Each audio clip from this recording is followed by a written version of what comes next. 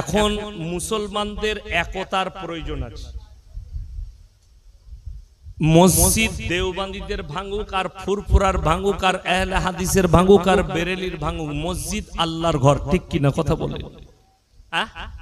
কবরস্থানে আমাদের মুসলমান ভাই মা বোনকে আমরা কি করি? শোয়াই না শোয়াই না? শোয়াই তো। তাইলে সবাই মুসলিম। তাইলে এখন আমাদের কাজ হচ্ছে ঐক্য এবং মিল মোহাব্বত।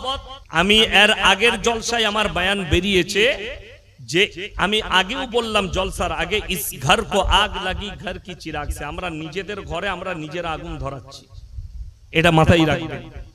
কেউ কেউ কি গালি না দিয়ে সব থেকে বেটার হচ্ছে দোয়া করুন যে আল্লাহ তাআলা যারা ইসলামকে মিটাতে চাইছে, মাদ্রাসা মসজিদকে মিটাতে চাইছে, আল্লাহ এদেরকে ধ্বংস করে দেখ, বলুন আমিন। আল্লাহ এদেরকে যদি ঈমান থাকে ঈমান দাও, তা না হলে ধ্বংস করে দাও। তবে একটা কথা মাথায় রাখেন, ওয়ালান তাজিদা লিসুন্নাতিল্লাহি তাবদীলা, কিয়ামত পর্যন্ত কোরআনের একটা জের জবরকে পরিবর্তন করার ক্ষমতা পৃথিবীর কোনো শক্তির নেই, আর কোরআনকেও কেউ মিটাতে পারবে না। ইন্না নাহনু নাযালনা যিকরা ওয়া ইন্না লাহুল হাফিজুন। আমি এই কোরআনকে অবতীর্ণ করেছি, কোরআনের হেফাজতের দায়িত্ব আমি আল্লাহ নিজে নিয়েছি। এই আমার রেকর্ডিং হচ্ছে, তারা শুনবে, যে মুসলিমরা শুনবে তাদেরকে বলছি বাস্তব কথা বলেছি। তোমরা আমাকে গালি দাও, কিন্তু আল্লাহর কসম মদ কখনো হালাল হবে না একটা মুসলিমের জন্য, ঠিক কিনা কথা বলে? আচ্ছা, আমি এই বয়ান করে যাচ্ছি সুদে। সকালবেলায় উঠে আপনার এলাকার চায়ের দোকানগুলো দেখে নেবেন, আমার আওয়াজ যাদের কাছে পৌঁছাচ্ছে ঠিক আমাকে গাল দিবে। কোন মাল কটা? সুদখোর কটা গাল দিবে। ও বাজে হুজুর বে, ওকে দাওয়াত দেয়নি কি বে, ওই মাল কটা গাল দিবে, আমি জানি তো। আচ্ছা বলুন তো, এরা যদি আমাকে গালি দেয় সুদ হালাল হবে? কথা বলে না? হালাল হবে? হালাল করতে পারবে? আমাকে গালি দিবে দাও, আমাকে মারবে মারো। আর আমি কেন বলছি? আমাকে পরিষ্কার কথা, যারা আমাকে দাওয়াত দেয়, এই কমিটির ছেলেরা আমাকে দাওয়াত দিয়েছে, মোবাইলে দেখে দাওয়াত দিয়েছে, দিয়েছে না দেয়নি? আমার বয়ান শুনে দাওয়াত দিয়েছে। আমাকে যদি বলে হুজুর এত কড়া বক্তব্য দিবেন, আমার গাড়ি রেডি আছে, পয়সা ফেক তামাশা দেখ পালিয়ে যাবো, আবার কালকে যেখানে যাবো এইটাই বলবো, নিতে পারলে লিবি, না হলে লিস না। কেন? আমি কি মিথ্যা বলছি? এই কথা বলেন, মদটা হারাম, এটা মিথ্যা কথা না সত্য? আল্লাহ হারাম করেছে স্পর্শ করা। সুদটা হারাম আমার আল্লাহ করেছেন, এবং আল্লাহ বলেছেন যারা জেনে শুনে সুদ খাবে তারা যেন আমার সঙ্গে যুদ্ধ ঘোষণা করলো। একটা মুসলমান কি করে সুদ খেতে পারে, কি করে মদ খেতে পারে? নাম্বার 3, আমি খালি আপনাকে বলে দিচ্ছি, আপনি খালি সকালবেলায় মহলম লাগাবেন, মহলম গুলো লাগিয়ে নেবেন। লটারির টিকিট হারাম না হালাল? কথা বলে হারাম। আর আপনাকে আমি আপনার সাঁতরাগাছির আশেপাশে আপনাকে দেখিয়ে দেবো, চলুন সলম মোড়ে দেখিয়ে দেবো, মুসলিম ছেলে লটারি বিক্রি করছে, লটারি কাটছে। ঠিক বললাম না ভুল বললাম? চলুন আপনি রানীহাটিতে, চলুন আপনি অঙ্কুরহাটিতে, আপনাকে দেখিয়ে দেবো। আমি খালি হক বলি বলে আমার জন্য অনেক সমালোচনা, অনেকজন গালি দেয়, আমি এটাকে পরোয়া করি না। একবার আপনাদের এখানে অঙ্কুরহাটি আছে না? আমি জানি না, আমি জলসা করতে গেছি, আমাকে দাওয়াত দিয়েছে পাড়ার ছেলেরা অঙ্কুরহাটিতে, ওই চেকপোস্ট থেকে ঢুকেই জলসা করছে, যেখানে সিগন্যালটা আছে ওখান থেকে ডাইনে ঢুকে। আমি জানি না, আমি খালি মোবাইলে দেখেছিলাম একটা মেয়ে ছোট পোশাক পরে শরীর দেখিয়ে চা বিক্রি করছে, আর তার কাছে ভিড় কাদের? গুটকাখোর জানোয়ারগুলোর ভিড়। আমাদের যেগুলো জানোয়ার আছে, গুটকাখোর আছে আর বিড়ি সিগারেট খোর আছে, তারা বাইক নিয়ে ভিড় করে, চা খাবার লেগে লয়, তার শরীর দেখার লেগে, তার রূপ দেখার লেগে। আমি এখন বলেছি, তার চায়ের দোকানে যদি কেউ এই নিয়তে যায় যে মেয়েটা কেমন, তার শরীরটা ভালো, তার চেহারা ভালো, এই নিয়তে জিনা করার পাপ হবে, এবং ওই জায়গাটা যে ভাড়া দিয়েছে তারও গুনাহ হবে। এখন ওই পাড়ারই লোক ভাড়া দিয়েছিল মনে হয়, সকালবেলায় তাকে তাড়িয়ে দিয়েছি। আমি জানি না, আমি তো বয়ান করেছি, আমি কোথায় আছে সেটাও জানি না। পরে আমি শুনছি, যখন ফেসবুকে দেখছি, আমার ড্রাইভার দেখাচ্ছে, হুজুর আপনি কালকে বললেন, এই দেখুন এই দোকানটা তো ওখানেই ছিল, সেই মহিলা ফেসবুকে এসে বলছে যে আমার ওখান থেকে ব্যবসা সরিয়ে দিল, কে সরালো বুঝতে পেরেছি, আমি তার বেশি কিছু বলবো না। আমি মনে মনে ভাবলাম খালি বল আমার নামটা নিয়ে, তারপরে তোর কি বীজ মারতে হয়তো আমি জানি, ভয়ে আমার নাম লাইন। যাই হোক, সে যা করেছে, আবার চালাচ্ছে দোকান। ভিড় কাদের? নেমক হারামদের, জানোয়ারদের। আপনি জানেন না, আমি সব বলবো আপনাকে একটা একটা করে। আমার মুসলমান ভাই, লটারির টিকিট হারাম। মুসলমান আজকে হারাম জানার পরেও লটারি কাটছে। আচ্ছা বলুন তো, ইমাম সাহেবকে বলে হুজুর আপনি এইটা বলবেন, হ্যাঁ সুদ নিয়ে বায়ান করবেন, হুজুর আপনি লটারি নিয়ে বলবেন। এখন ইমাম সাহেব নতুন এসছে, ইয়ং ছেলে, জোশের ওপরে বায়ান করে দিল লটারি নিয়ে। গ্রামের যতগুলো লটারিওয়ালা মাল ছিল, এরা এরপর চিন্তা লাগালে মালটাকে তাড়াতাড়ি তারাই না। আচ্ছা বলুন তো, গোটা পশ্চিম বাংলায় একটা মসজিদের কমিটি বার করে দেন, একটা মসজিদের সেক্রেটারি বার করে দেন, যে মসজিদের মেম্বারে দাঁড়িয়ে বলেছে যে শোনো, আমার মহল্লার গ্রামের যত মানুষ আছেন, কেউ যদি সুদের কারবার করো, সুদ খাও, সে ইমামকে পালা দিবে না। এরকম ঘটনা শুনেছেন? কেউ বলেছে কোনোদিন? যে সুদ খাবে সে ইমামকে পালা দিবে না। আপনার জানা আছে? আপনি বলবেন আমি দোয়া করব, আপনি আমিন বলবেন। আপনি হুজুরকে ডেকে দোয়া করাচ্ছেন। দোয়া কবুলিয়াতের জন্য শর্ত যেটা রাখা হয়েছে সেটা হচ্ছে হালাল খাবার। কি খাবার বললাম? হালাল। তো মুসলমান হারাম হালাল তো বুঝে না। কেন বুঝে না? এদের কাছে দ্বীনি শিক্ষা না থাকার কারণে। আমি আপনাকে দেখিয়ে দেবো, যত বালি আমার বর্ধমান থেকে আসছে, যত পাথর বীরভূম ডিস্ট্রিক্ট থেকে আসছে না আসেনি?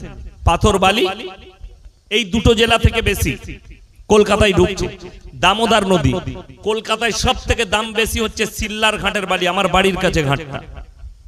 প্রত্যেক দিন 2500 3000 গাড়ি লোড হয়, কলকাতা 24 পরগনা চলে যাচ্ছে। মুসলিমদের ছেলে লরি চালায়, গাড়ি লোড করেছে, হাই রোডে চেপেছে, হোটেলে ঢুকি প্রথমে 2 বোতল মদ খেয়ে নিল। এরপর বলছে ভাই মুরগির মাংস আর রুটি নিয়ে আয়। সে হোটেলের কর্মচারী বেচারা মুরগির মাংস আর রুটি এনেছে, তখন হারাম করে জিজ্ঞেস করছে মুরগিটা জবাই না কাটা। আমরা ওকে মার জুতো করে। আচ্ছা যে লোকটা মদ খেলো তার লেগে এটা জিজ্ঞেস করে লাভ আছে? হারাম না কাটা না গোটা? মদটা হারাম এটা জানলে তো আর তাকে সে গোটা কাটাটা খেত না, আর মদটাও খেত না। মদটার বেলায় খেয়ে নিচ্ছে, কিন্তু ও জানে আমাকে মুরগি খেলে জবাই করা খেতে হবে। যেমন আপনি শুনে গেলেন যে আপনাকে জবাই করা মাংস খেতে হবে, সকালবেলায় উঠে আপনি সাঁতরাগাছির কোন এক মার্কেটে গেলেন, দিয়ে বললেন ভাই জবাই করা 1 কিলো মাংস দে। কিনছেন জবাই করা মাংস, কিন্তু টাকাটা আবার সুদের টাকা, সেই একই মাল দাঁড়িয়ে গেল। বুঝাতে পারলাম কিছু? টাকা সুদের, মালটা এক। আচ্ছা রুজির মালিক সকলে বলুন কে? আল্লাহ। ভাগ্যের মালিক কে? ভাগ্যের মালিক যদি আল্লাহ হয়, আপনি একটা কাগজ, লটারি কেন হারাম বলে দিই, ভাগ্যের মালিক কে? আল্লাহ। আপনি চলে যান কাঁচি সাঁতরাগাছি স্টেশন, আপনি ওপারে বেরিয়ে যান 1 নম্বরে, কিংবা এইদিকে থাকুন, কিংবা সাঁতরাগাছিতে চেপে হাওড়াতে যান। আপনি 1 নম্বর প্ল্যাটফর্মে হাওড়া ব্রিজের দিকে বের হন, কয়েকটা হারামখোর চট বিছিয়ে বসে আছে, ছিড়া চট, আর মাথায় সরষের তেল লাগিয়েছে, দিয়ে বসে আছে সকাল বেলায়। তাদের কাজ কি? ওই ছিড়া চটে বসে লোকের হাত দেখে ভবিষ্যৎ বলে। তারা লোকের হাত দেখে ভবিষ্যৎ বলে। জানেন ভবিষ্যৎ বলাটা আজকের ঘটনা নয়, এই রকম ভবিষ্যৎ বলনেওয়ালা দুনিয়া শুরু থেকে আছে। ধোঁকাবাজ ফেরাউনের যারা গণককার ছিল ফেরাউনের কাছে, তারা ফেরাউনের হাত গুনে বলেছিল, হাত দেখে তোমার এই মিশরে এমন একটা ছেলে জন্মগ্রহণ করবে, সে হবে তোমার দুশমন। এটা বলার পরে ফেরাউন বললে আমি তো যত বেটা পয়দা হবে আমি কতল করে দেব এই বছরে। কতল করতে লাগলে রেওয়ায়েতে আছে গোটা মিশরের মাটিতে কয়েক লাখ সন্তানকে হত্যা করেছিল ফেরাউন তার যুগে।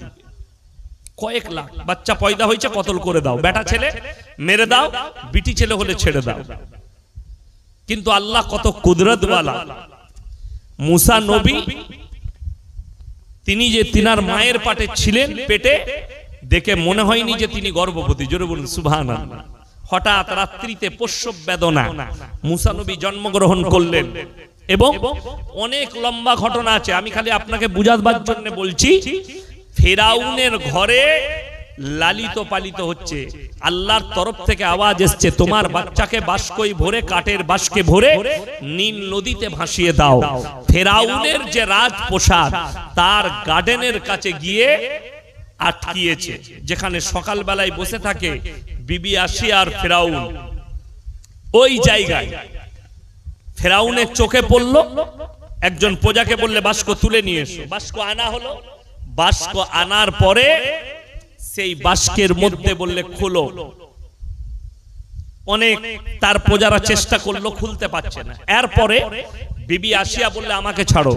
তিনি যেমনি ঝটকা মেরেছেন, বাস্ক খুলে গেছে, ভেতরে একটা সুন্দর ফুটফুটে ছেলে খেলা করছে। তিনি হচ্ছেন হযরতে মুসা নবী।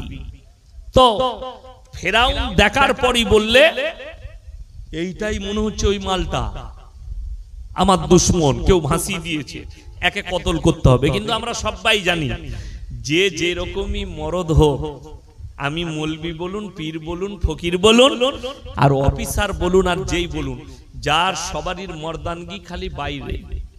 কি বুঝলেন? আমি স্টেজে কত ফুটানি করছি, কিন্তু বিবির কাছে সবাই ঠান্ডা। একজন অফিসার অফিসে গিয়ে কি বলে, এই নরেন চাটা নিয়ে আয়, আনছি স্যার। কি বলবে? চিল্লিয়ে বলবে। কিন্তু বিবিকে যদি বলা হয় তাড়াতাড়ি চা করে নিয়ে, চুপ করে বসো, আমি কাজ করছি, দেখতে পারো, দোকানে খেয়ে লাও না। আচ্ছা ঠিক আছে, তাই হলো। বইয়ের কাছে মাল ঠান্ডা, ওইখানে গরম চলবে না।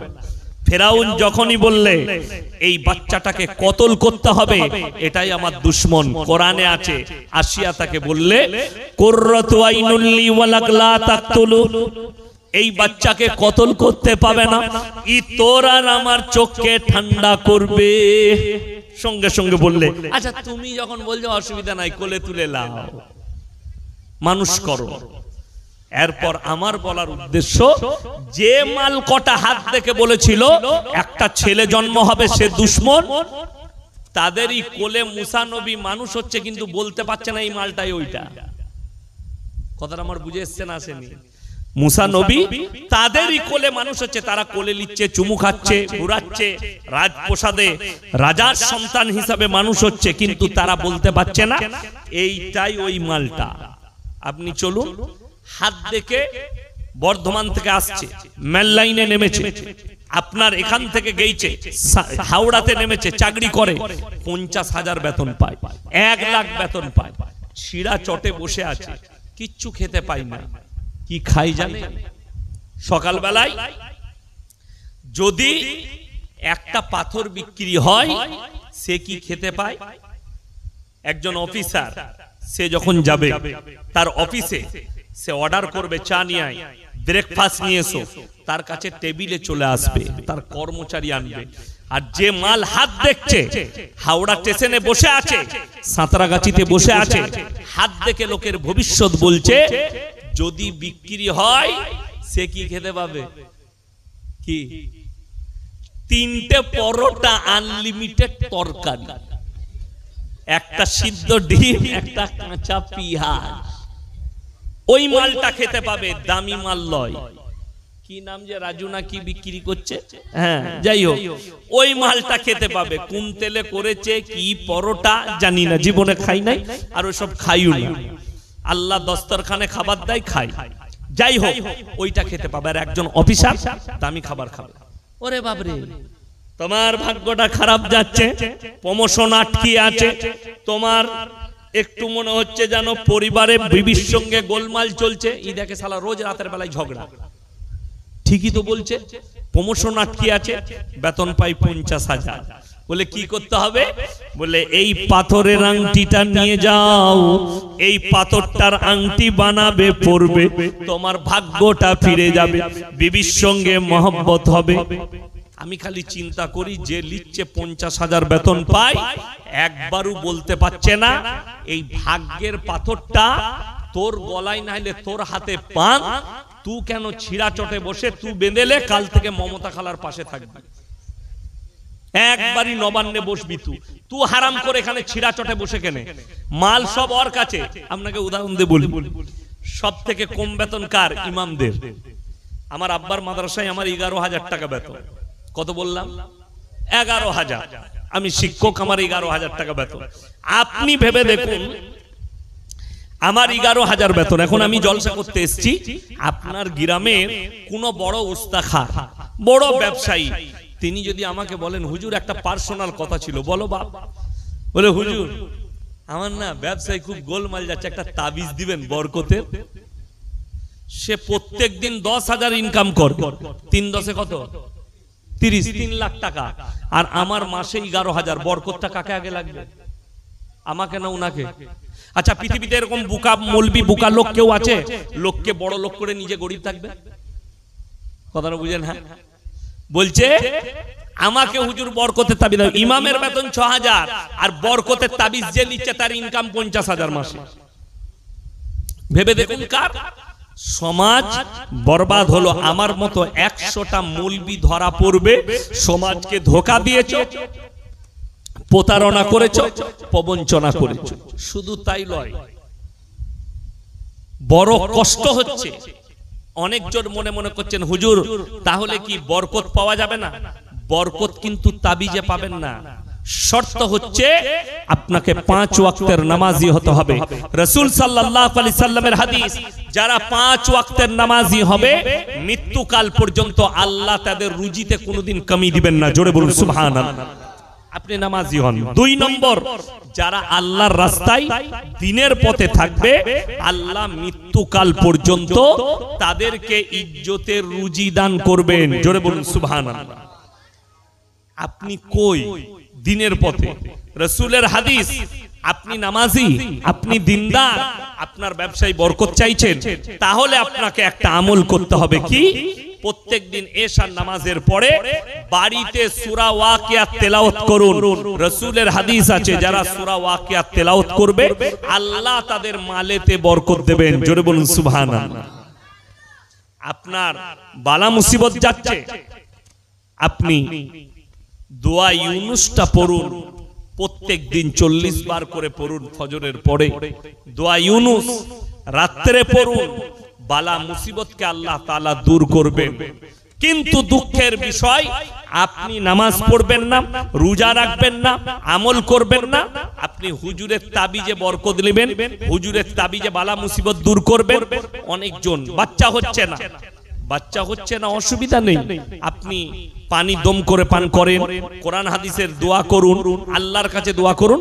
কিন্তু অনেক হারামখোর আছে, বলছে বাচ্চা না হলে আমার কাছে এসো, আমার তাবিজে ছেলে হয়। খোঁজ নিয়ে দেখুন সে হারামখোরের একটা বেটা নেই, আর সে লোককে বলছে আমার তাবিজে বেটা ছেলে হয়।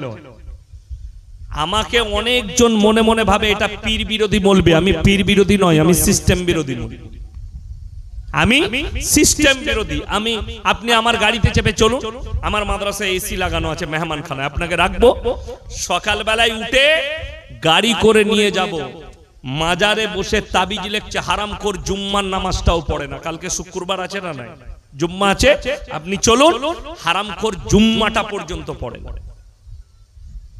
5 ওয়াক্ত তো পড়েই না, অথচ লোক তাকে মুমিন ভেবে, লোক তাকে পীর ভেবে তার কাছে মানুষ যাচ্ছে, নিজের আকীদাকে নষ্ট করছে।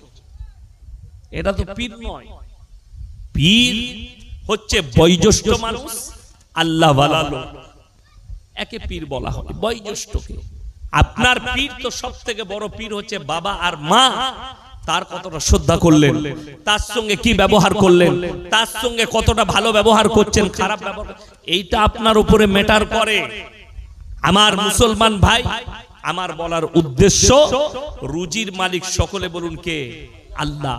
যাদের মনে হয় যে আল্লাহ কি করে রুজির মালিক হবে, তাদেরকে অনুরোধ করে বলছি, একবার খালি গঙ্গার ধারে কিনারায় গিয়ে ভেবে দেখুন, এই গঙ্গা একা ঢুকেনি সমুদ্রে, গঙ্গা কতজনকে নিয়েছে শুনে নেন। অজয় নদী কাটুয়ার কাছে মিক্স হয়েছে এর সাথে। কোথায়? এই গঙ্গার সঙ্গে অজয় নদী ঢুকেছে, এর সঙ্গে মুন্ডেশ্বরী, দ্বারকেশ্বর, দামোদর, সব রূপনারায়ণ সবাইকে একসাথে নিয়ে দরিয়ায় গিয়ে ঢুকছে। একবার দীঘায় গিয়ে সমুদ্রের কিনারায় দাঁড়িয়ে খালি ভাবুন, সমুদ্রের তলে একটা তিমি মাছ 24 ঘন্টায় 100 কুইন্টাল খাবার খায়, তাকে রুজি কে দান করে? 3 ভাগ প্রাণী পানির তলে, 1 ভাগ স্থলে, এদের সকলের রুজি কে মাপেন, কে দান করেন? সকালবেলায় ফজরের নামাজ পড়ে বাড়িতে একবার না হলে চায়ের দোকানে বসে গাছের দিকে তাকিয়ে দেখবেন, একটা পাখি, তাকে চিন্তা করতে হয় না ইনকাম করব কি, কেন?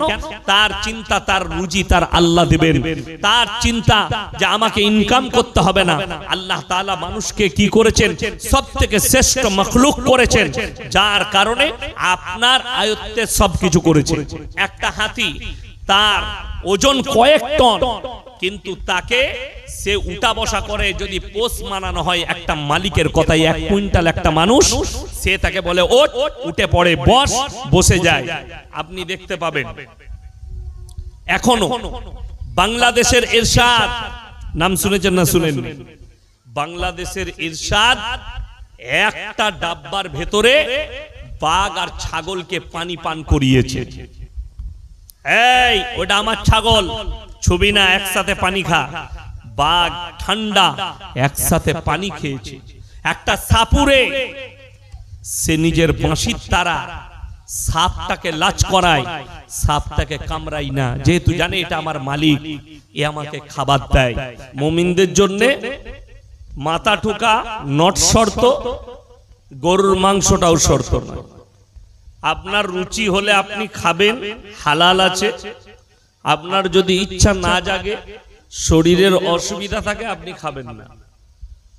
কিন্তু পৃথিবীর কোন বাপের বেটা মৌলবি বলতে পারবে না যে একটা লোক গরুর মাংস খায় না বলে সে মুসলিম নয়।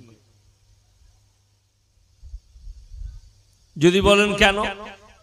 দিল্লির মানুষ, মুসলমানরা গরুর মাংস খায় না, মোষের মাংস খায়। কথাটা বুঝতে পেরেছেন না? পারেন? উত্তরপ্রদেশে মোষের মাংস, মুম্বাইয়ে, মহারাষ্ট্রে মোষের মাংস, বহু জায়গায় মোষের মাংস আছে, আবার অনেক জায়গায় গরুর মাংস আছে। যেমন আরব কান্ট্রিতে, তাদের ওখানে গরু জবাই হয় না, কিন্তু গরুর মাংস পাওয়া যায়।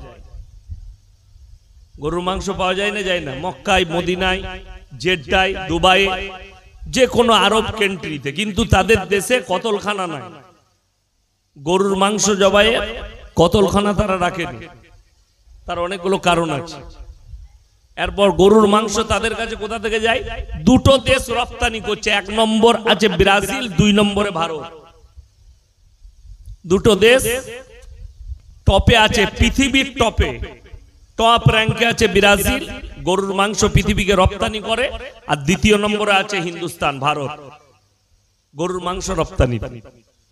বর্তমানে কোম্পানিগুলো কাদের, সেগুলো আপনারা নেটে খুঁজে দেখে নেবেন, গুগলে। আমি বলতে গেলে অনেক কথা বেরিয়ে আসবে, ওই জন্য অতটা বলবো না ডিটেলস। আমার উদ্দেশ্য বলার যে গরুর মাংসটা খ্রিস্টানরা খায়, ইহুদিরা খায়, নাসারারা খায়, লন্ডনে গরুর মাংস, আমেরিকায় গরুর মাংস, সব দেশ খ্রিস্টান ইহুদি সবাই খায়। আমাদের দেশের সনাতনী ভাইরা খায় না, সেটা তাদের ধার্মিক ব্যাপার, তাদের ব্যাপার। ওই জন্য শর্ত গরুর মাংসটা নয়। যেমন মাথা ঠুকা, নাস্তিক ছাড়া যারা ধর্মে বিশ্বাসী নয়, তারা ছাড়া সবাই মাথা ঠুকে। কেউ পূবে, কেউ পশ্চিমে, কেউ উত্তরে, কেউ দক্ষিণে, কেউ পাথরের কাছে, কেউ অগ্নির কাছে, কেউ কবরে, কেউ গাছের নিচে। যার যেখানে বিশ্বাস আর আস্থা, সে সেই জায়গায় মাথা ঠুকে। ওই জন্যে আমার আল্লাহ রাব্বুল আলামিন কোরআনে শর্ত রাখলেন যে ইমানদারদের, মুমিনদের প্রথম শর্ত মাথা ঠোকাটা নয়। সূরা বাকারায় কোরআনের আয়াত অবতীর্ণ হলো, লেখা আছে লাইসাল বিররা আন তুওয়াল্লু বুজুহাকুম কিবালাল মাশরিকি ওয়াল মাগরিব ওয়ালাকিন্নাল বিররা মান আমানা বিল্লাহ। এ মারাত্মক কথা। হে আমার নবী, পূব কিংবা পশ্চিম দিকে মাথা ঠোকার নাম ঈমান নয়। নাম্বার 1, মান আমানা বিল্লাহ, আল্লাহর উপরে প্রকৃত বিশ্বাস। সবাই আনবো, জোরে বলুন ইনশাআল্লাহ। এখানে একটা কথা বলেলি, আমরা প্রত্যেক নামাজ পড়লে সূরা ফাতিহা পড়েন না? পড়েন না? পড়েন না? ইমাম সাহেব পড়ে, আপনি পড়েন। যখনই নামাজের নিয়ত বাঁধবেন আপনাকে সূরা ফাতিহা পড়তে হবে, সুন্নত হোক ফরজ হোক। এই সূরা ফাতিহাই অনেক মুসলিম, শুধু নয় সবাই যারা নামাজ পড়ে তারা ওয়াদা করে, ইয়্যাকা না'বুদু ওয়া ইয়্যাকা নাস্তাঈন, আল্লাহ তুমি ছাড়া কারুর উপাসনা করি না, তুমি ছাড়া কারুর কাছে ভালো মন্দ চাই না। যদি এটা সত্য হয়, এটার পরে কারুর কাছে গাছতলা কি করে আসতে পারে? কোন মুসলিমের কাছে? কথাটা আমার বুঝতে পারছেন না পারেননি? যদি এই আয়াত সত্য আপনি ওয়াদা করছেন নামাজে দাঁড়িয়ে, তাহলে একটা মুসলিম, একটা মুসলমান আল্লাহ ব্যতীত অন্য কারুর কাছে কেমন ভাবে চাইতে পারে? এটা আমি ব্যাকিংয়ে রাখছি এখন। 1 নম্বর মান আমানা বিল্লাহ, আল্লাহর উপরে বিশ্বাস। 2 নম্বর ওয়াল ইয়াউমিল আখির, আমার পরকালের প্রতি, আমি যে কিয়ামত করব, বিচার করব, ওই দিনের প্রতি। ওয়াল মালাইকাতি, আমার ফেরেশতাদের প্রতি, আমি যে ফেরেশতা পাঠিয়েছি, আমার যে ফেরেশতা আছে এদের উপরে। ওয়াল মালাইকাতি ওয়াল কিতাবি ওয়ান নাবিয়্যিন, আর যতগুলো নবী পয়গম্বর পাঠিয়েছি এদের প্রতি, এবং আমার আসমানি সমস্ত ছোট বড় কিতাবের প্রতি বিশ্বাস আনার নাম হচ্ছে ঈমান। সবাই আনবেন, জোরে বলুন ইনশাআল্লাহ। এরপর আপনার প্রশ্ন যে হুজুর, আপনার মনের প্রশ্ন বলছি যে ভারতবর্ষে 10 কোটি মুসলমান নাই কেন? আল্লামা ইকবালের একটা মারাত্মক কথা, ইস ঘর কো আগ লাগি ঘর কি চিরাগ, মুসলমান তোমরা নিজেদের ঘরে নিজেরা আগুন ধরিয়েছো। যদি বলেন কেমন করে, আমি আজকের ইতিহাস নয় পৃথিবীর ইতিহাস বলছি, পৃথিবীর ইতিহাস। যেমন গত কালকে পরশু দিনে ডাইরেক্ট কথা বলুন, ফেসবুকে গালি দেওয়া খুব সহজ। আমি দেখলাম অনেকজন ফেসবুকে গালি দিচ্ছে। যে কোনো আলেমকে, আপনার ইমামকে আপনি পেছনে গালি দিতে পারবেন, সামনে পারবেন না। সামনে গালি দেওয়া আর পেছনে গালি দেওয়া, যারা ফেসবুকে গালি দিচ্ছেন গালি দিবেন না, আপনি নিজের ক্ষতি করছেন। গালি কেন দিবেন? তিনি ভুল করেছেন, তিনাকে ডাইরেক্ট ফোন করুন, তিনার ফোন আছে, তিনার পিএ আছে, আপনি ফোন করুন, খোঁজলেন, জমিয়তের আরো কর্মী আছে, খোঁজলেন। এটা 1 নম্বর 61 বছর বয়সে দেখুন দিলীপ বাবু বিয়ে করেছেন, এটা কোনো ভুল কাজ নয়। যে যত বয়সে হোক বিয়ে করতে পাবে। আল্লাহ রাসূল সাল্লাল্লাহু আলাইহি সাল্লামের বয়স ছিল 25 বছর, আর নবীজি সাল্লাল্লাহু আলাইহি সাল্লাম বিবাহ করেছেন 40 বছরের বয়স্ক মহিলা, তিনি হচ্ছেন হযরতে খাদিজাতুল কুবরা রাদিয়াল্লাহু তাআলা আনহা।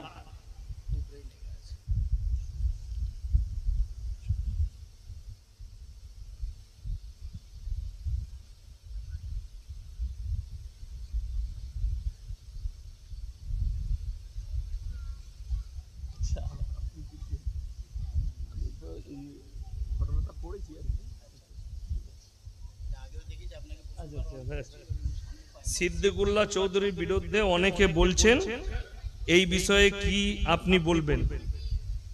দেখুন, ওনারা বড় আলেম পদে আছেন। সিদ্দিকুল্লাহ চৌধুরীর বিরুদ্ধে কে কি বলছে জানি না,